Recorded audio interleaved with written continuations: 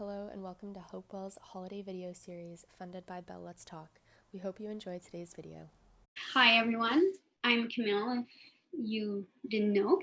I'm a student in psychology and social work, and I've been volunteering with Hopewell for almost 2 years.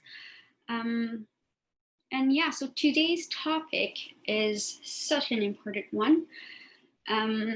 So I'm gonna start sharing my screen with you.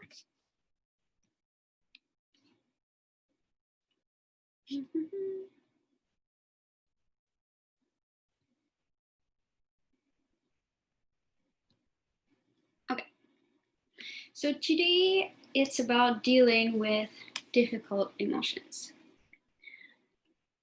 And we're going to talk about stress, a little bit about trauma, and coping skills.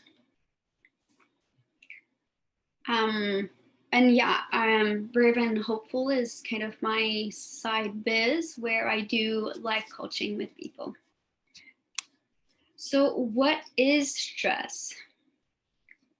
Stress is a feeling of emotional strain and pressure. We have three different kinds of stress. We have positive stress, tolerable stress, and toxic stress. And positive stress, like everybody has that. It happens in life, and it's actually can be a good kind of stress because it can do what we call the optimal performance. So it's like if you wouldn't be stressed at all in life about anything, you wouldn't have the motivation to adapt or to react to your environment. So that means like a test coming up, a deadline, having a job interview, all those kinds of stuff that like can actually help you boost your performance. Tolerable stress is where like it is a little bit too much stress at the moment, but because it doesn't happen too often, you have time to recover.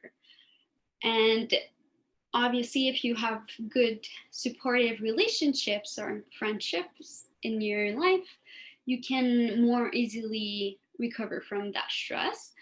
But the problem is when you don't have that, and that's when it can negatively alter like your brain development, if like in an infant and things like that, or for example like losing your job, the death of a loved one, that kind of stuff.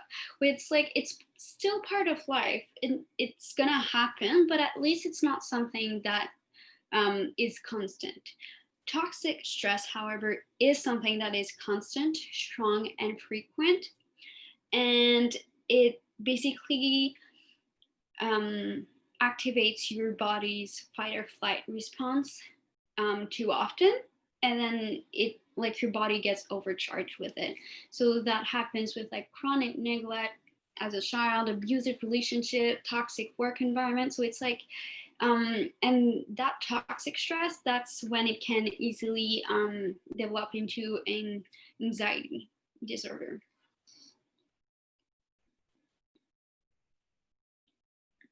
So emotions. Sometimes it can feel disproportionate to the situation, and we can feel overwhelmed or disconnected from them. So numbness. Learning how we can manage them and how to handle negative thoughts is crucial to our well-being. It makes such a big difference.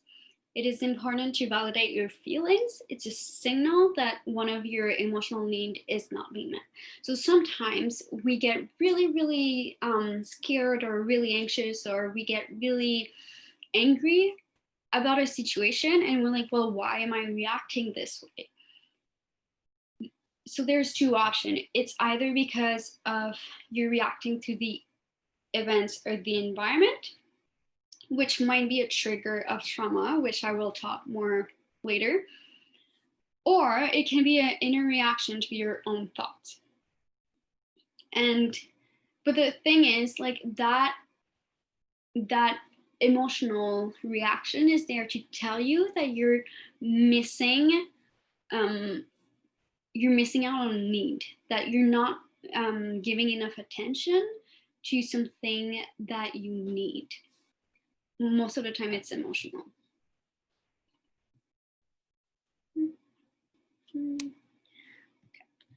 So here we have different emotions, and why I like to show you this is because a lot of people are like, they don't know always how to describe how they feel, and I think this is an important part of just getting more in touch with your emotion, is learning which one is what.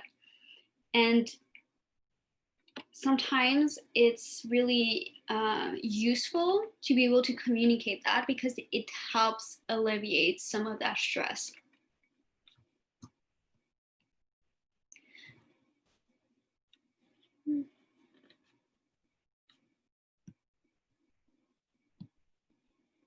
Okay. Oh no.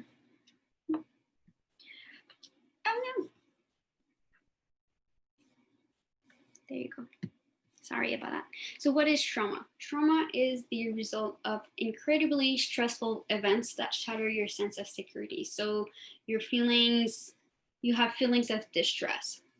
It can be one time, multiple time, long-lasting, repetitive events too.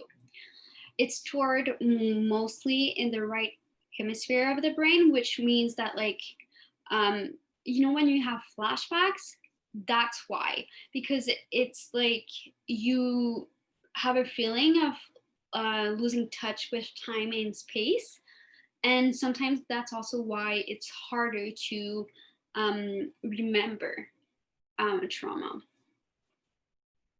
traumatic events. It gets stored in the mind and body. It can bring emotional dysregulation and physical symptoms. To be able to heal your trauma, your story has to be heard and held in a safe container. That means that someone needs to validate what you experience. Someone's need to be able to hold that without taking it too personal. They need to be able to make you feel comfortable, which is why therapy is such a great way to deal with trauma, because they know how to manipulate those kind of elements. That's going to make it way more easier for you to touch base on your trauma memories, but also on how to heal them and create new healthier memories, if that makes sense. So you must learn to manage your triggers, and building resilience is a necessity. So how it might show up in your life? It might show up as self-sabotage, low self-esteem, body image issues, self-doubt, comparison, jealousy, addictions, and any kind of addictions. That can be to food, that can be to alcohol, drugs, it can be to shopping, it can be to work. So it's really like any kind. It can show up as anger and irritability, pattern of toxic relationship and friendships, perfectionism, anxiety and depression, burned out, fear of abandonment, codependency, lack of boundaries, which goes back to the toxic relationship and friendship, people pleasing, struggle speaking your truth, and somatic symptoms such as headaches, pain, tension, fatigue, insomnia, low libido, etc. So how do you cope with stress? What does it give you, and how does it limit you? What I mean by that is our coping skills, even if they're not necessarily the most healthiest one, they still serve a purpose. And until you realize what that purpose is, you won't be able to find something that's more healthy for you. So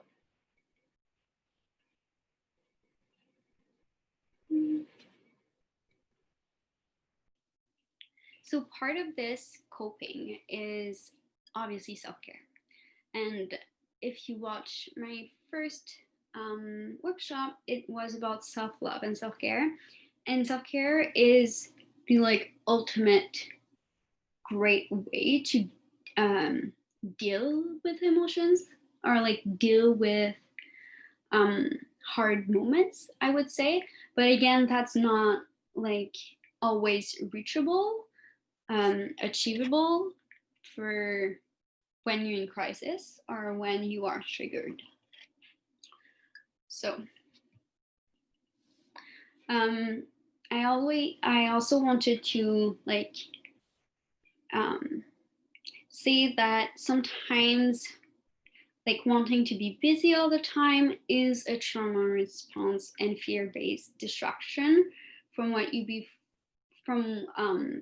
the trauma would bring. So like the memories and like the hard feelings, sometimes it's avoidance and like working too much, and like always being on the go and not sitting still, and like being able to be with yourself.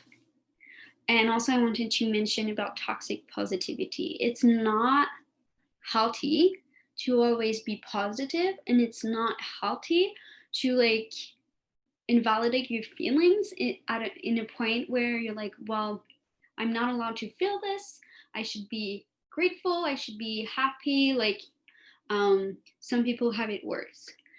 That's toxic positivity, because if you just keep bottling up and pushing down your feelings, one is going to come out eventually, and two, you're just perpetuating the trauma in some kind of way, because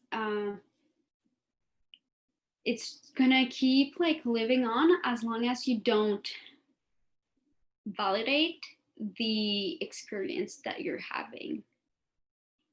So again, like acceptance is a really good alternative, and being like, okay, well, I'm feeling this way, I'm having a hard day, let's take it slow.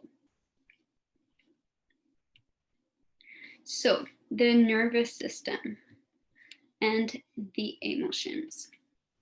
Trauma can activate the nervous system beyond your ability to calm down. So that means activating your body fight, flight, or freeze responses.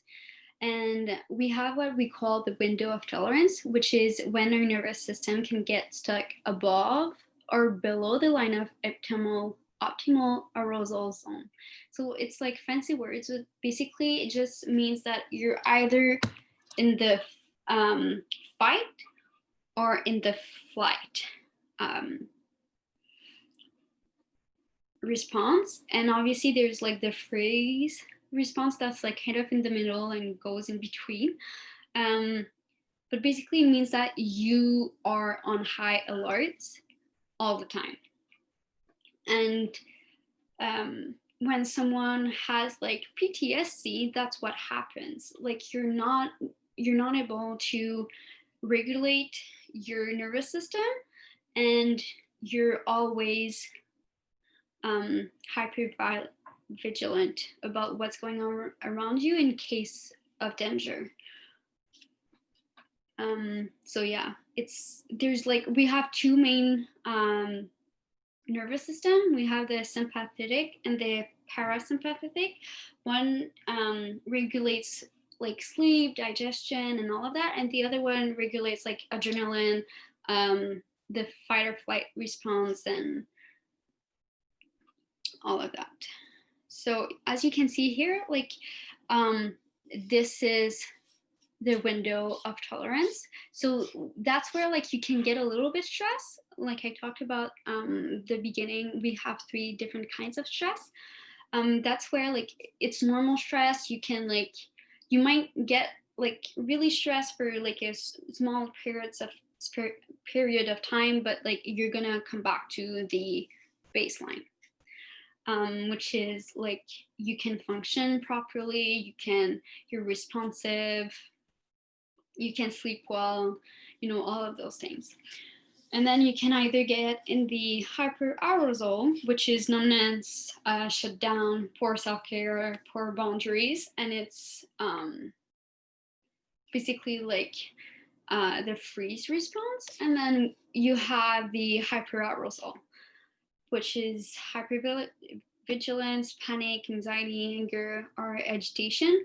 And in both of those, that's where you get like flashbacks and like you get anxiety and all of those not fun things. And oftentimes when you have like a trauma response, you might even like go in between those. So like so basically like your body is all over the place. So it's normal if you're feeling exhausted. Distress tolerance skills. So I'm going to talk a little bit more on coping skills for when you feel triggered. So it's used when it's difficult or impossible to change a situation. And self-care is not the priority at this point because you are in either hypo or hyper arousal. It helps us cope and survive during a crisis and tolerate short-term pain, so physical or emotional. It's okay to feel these emotions. It's how we deal with them that makes us the people we are. I don't know if you've seen the movie Inside Out, but I love it and I would recommend it because it talks a little bit more about like how the brain works and how memories works and how emotions works. Obviously it's for kids, so you might find it a little bit childish, but it's still a good movie in my opinion. So we have distractions, which is accepts. It means that negative feelings will usually pass or at least lessen in intensity over time. So the idea is to distract yourself until that feeling isn't overwhelming anymore. I don't know if you see, but I have this tattoo here and I got it basically because my therapist would always tell me ride the wave of emotion because that's what it is. When you're having like an anxiety or panic attack, usually it's gonna like be at like heightened emotion for 10 to 20 minutes. That's like the longest you'll go, but it's gonna come back. So the best way is to breathe. We don't breathe enough, and I'm gonna show you some exercise that we can do together to practice that. But right now, distraction. So activity. Engage in an activity that requires concentration. So math problem would be one, for example. Might not be fun, but it will work. Contribute to a cause or a person. Focus on something or someone other than yourself. So for that one, what I found is that whenever, like for me, for example, whenever I felt anxious, if I like did something for someone else, like if I did a card or a little gift or something like that, it put the attention away from how I was feeling, and that helped me calm down. Compare it to the struggles you went through in your past and how you dealt with it. So that's where, like we were talking about, having like a list of all the things that you can do when you feel anxious. That would be a great way because then you can remember, okay, well, those worked before, so I can get through this too. Emotion. Do something that will create the opposite emotion. Don't. For example, feeling sad, watch a funny movie. Push away negative thoughts.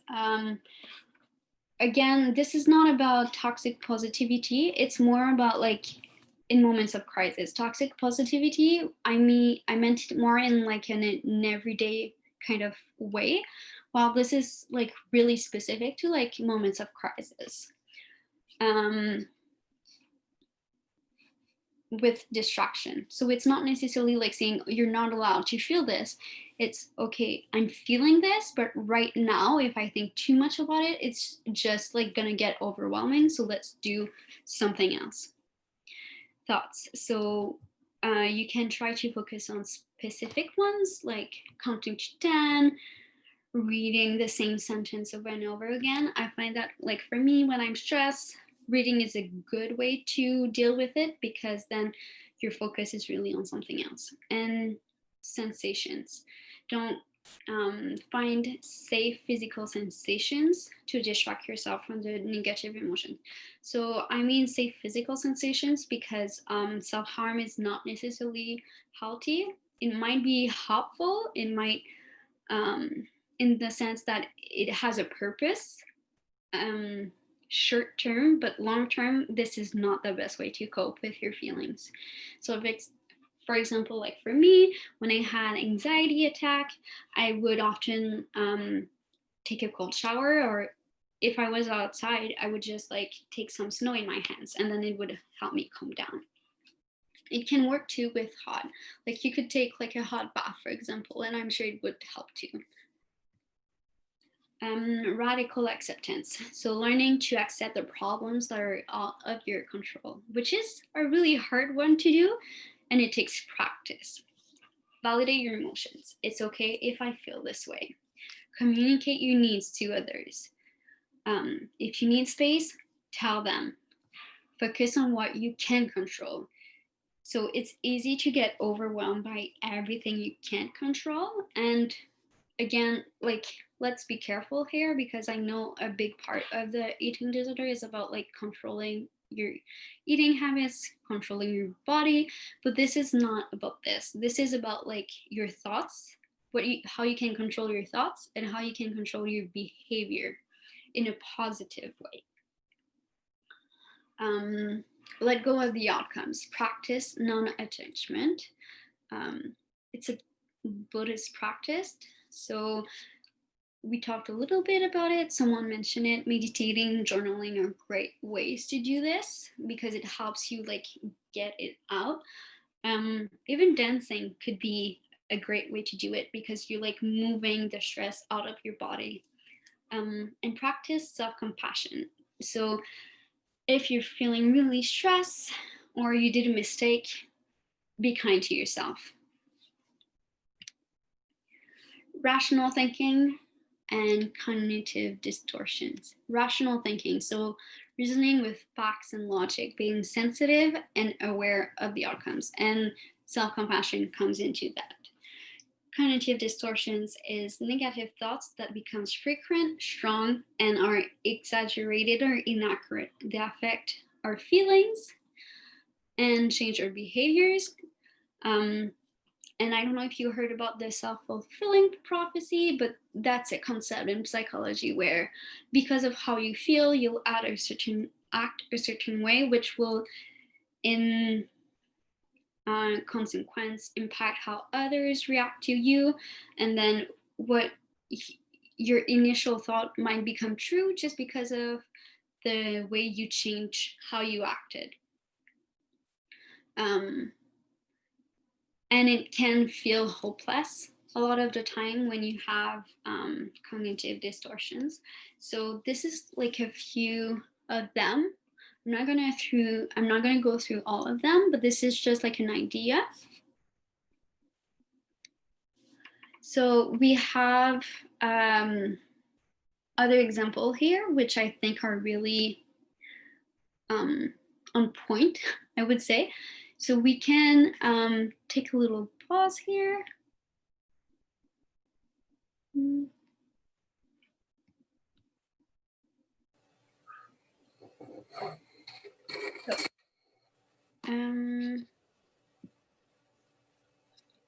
Self-soothing and relaxation. So that's more like once you're not in the crisis moment. I mean, sometimes it can work, but it's not, it might not. So this is more like a practice that you can use every single day or like weekly. So you can take like 5 to 10 minutes a day to do like a mindful meditation to create awareness. So mentally taking a step back from yourself and identifying your thoughts, feeling, and physical sensations by using the five senses. I'm sure you've already heard about this because it's the most common one people talk about. Deep breathing. So like we forget it, but it's such a big part of our nervous system. And if you don't breathe correctly, you're gonna keep like being stressed. Just breathing can bring down your heart rate, and like it can bring down your whole nervous system for at least a few seconds or a few minutes. So the one I would recommend doing is breathe in through your nose for 7 seconds, hold your breath for 5 seconds, and then breathe out through your mouth for 7 seconds. So if you want, we can all do it right now. So I'm gonna count a little bit, and then you can just do it with me. So 1, 2, 3, 4, 5, 6, 7. Hold. 1, 2, 3, 4, 5. Breathe out. 1, 2, 3, 4, 5, 6, 7. So like even just doing that like 3 times, like that's gonna be a huge help. And I have here a little video that can help you breathe. Hi, too. And welcome to Headspace. So no matter what's going on in your life right now, no matter how many thoughts are racing around your mind, no matter how the body's feeling, just take a moment to sit down and take a big deep breath, breathing in through the nose and out through the mouth. As you breathe in, a sense of taking in fresh air, the lungs expanding. As you breathe out, a sense of letting go of any stress in the body, in the mind, just feeling the muscles soften and relax. And close your eyes if you'd like to. One more, breathing deeply in through the nose and out through the mouth. And just take a moment to pause, allow the thoughts to come and go, and then just gently opening the eyes again. So even like a quick exercise like this can like tremendously help. Another technique is imagery and progressive muscle relaxation. So imagery is basically like to think an imagine, whatever, I can't pronounce it right.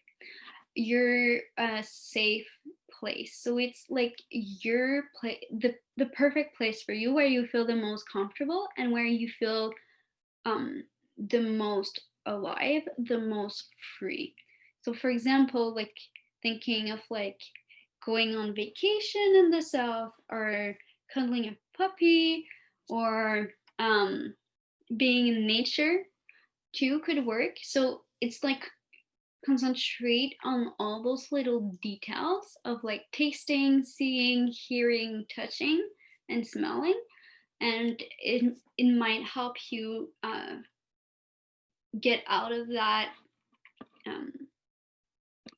like nervous system stress response. Progressive muscle relaxation. So when we're like really stressed, we tense a lot, and then it can create like back pain and stuff like that, and we get really stiff. So by using progressive muscle relaxations, it makes sure of like softening the muscles and then like losing a bit of that tension. So how it works is basically you tense each muscles of your body by starting from the bottom up for 5 seconds, and then you release the tension. So for example, like you can start like really holding like your hand, squeezing your shoulders, squeezing like your jaw, and then you relax. And then after that you can do like your belly and your pelvic muscles and all of that, and then you relax, and then you go down to like your legs, your feet, your toes. And usually it helps feel a little bit more like chill after. So this is like to show you with a graphic what it looks like.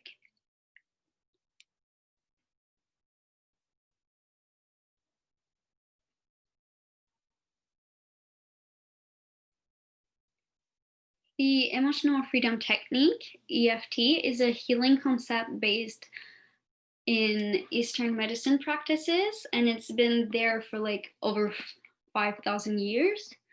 Like acupuncture and acupressure, it's like the tapping is a set of techniques which utilize the body's energy meridian points, and you can stimulate these points by tapping on them with your fingertips. So I have a small video to show you. Welcome to the tappingsolution.com. This is Jessica Ortner, and welcome to our How to Tap area.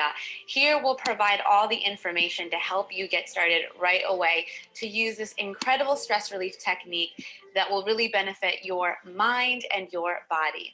Now in this video, I'm going to show you where the tapping points are so you can get a visual. The first point is the side of the hand, and it's the karate chop point. So tap on that fleshy part. The next point is the eyebrow point, and it doesn't matter which side of the body you tap on. Just pick a side and tap where the beginning of your eyebrow begins, right on that hair. I hope you're tapping along with me. You're gonna follow that bone until you're on the side of the eye, staying on that bone. Then underneath the eye, again, staying on that bone. Underneath the nose. The chin point, which is actually the crease between your lip and your chin. Your collarbone point. I like to just take my whole hand and tap where a man's bow tie would lie, and you'll stimulate the points. Then underneath the arm, about a hand width from your armpit. Then you end with the top of the head. Those are the 9 points in this tapping algorithm, and that is one round. So what you do is you begin by saying the setup statement. The setup statement is, even though I have this problem, so even though I have this anxiety, even though I have this headache, I love and accept myself, or simply, I accept myself.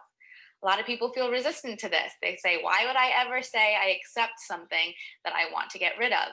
Well, it's our inability to accept a feeling that usually keeps it stuck in place. By saying the setup statement, it sets us up for the rest of the process, helps neutralize any judgment we have around the problem.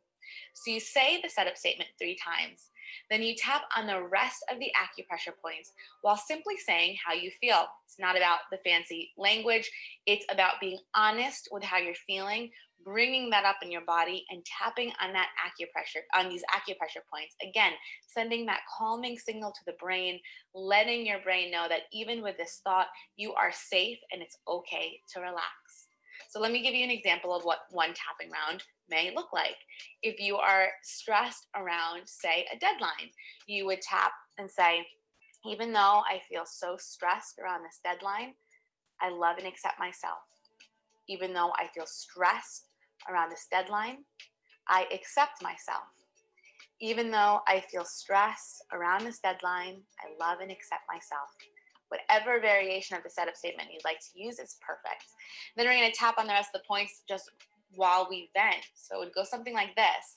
The stress around this deadline, side of the eye, I have too much to do.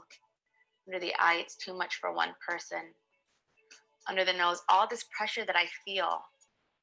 Chin, this pressure I feel to do it perfectly. Collarbone, this pressure around this deadline. Under the arm, all this pressure around this deadline. Top of the head, all of this pressure.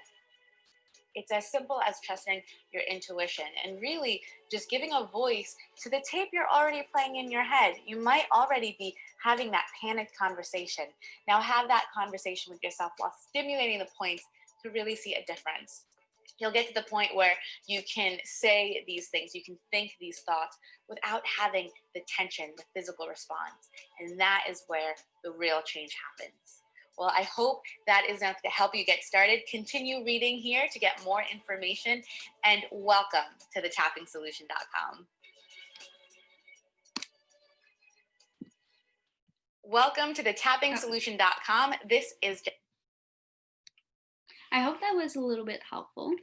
So the last part of this workshop is the safety plan.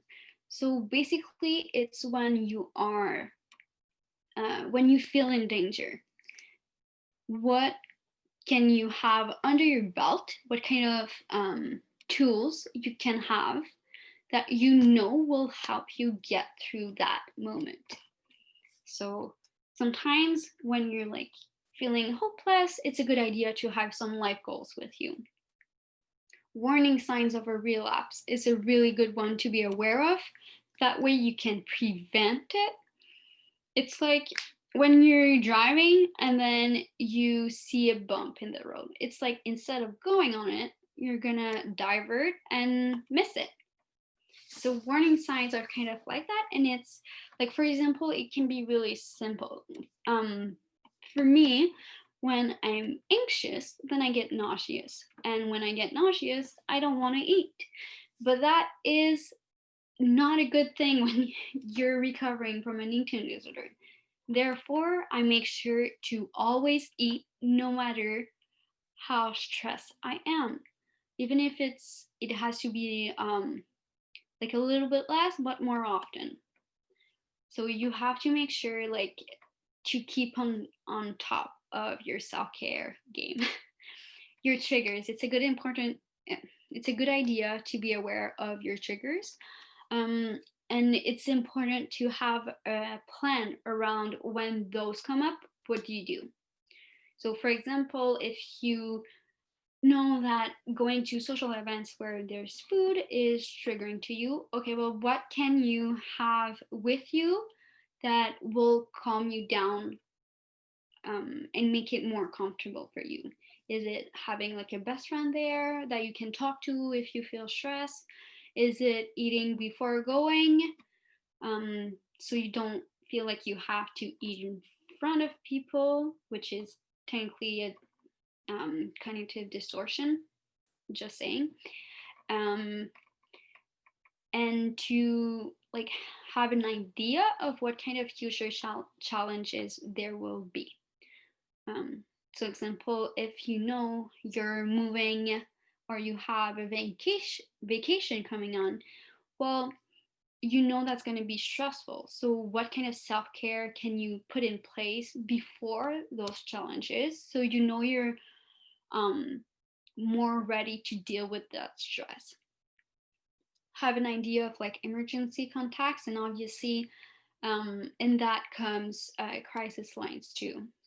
Distractions. So what kind of stuff can you do when you feel overwhelmed and you need a break? So here I put this picture.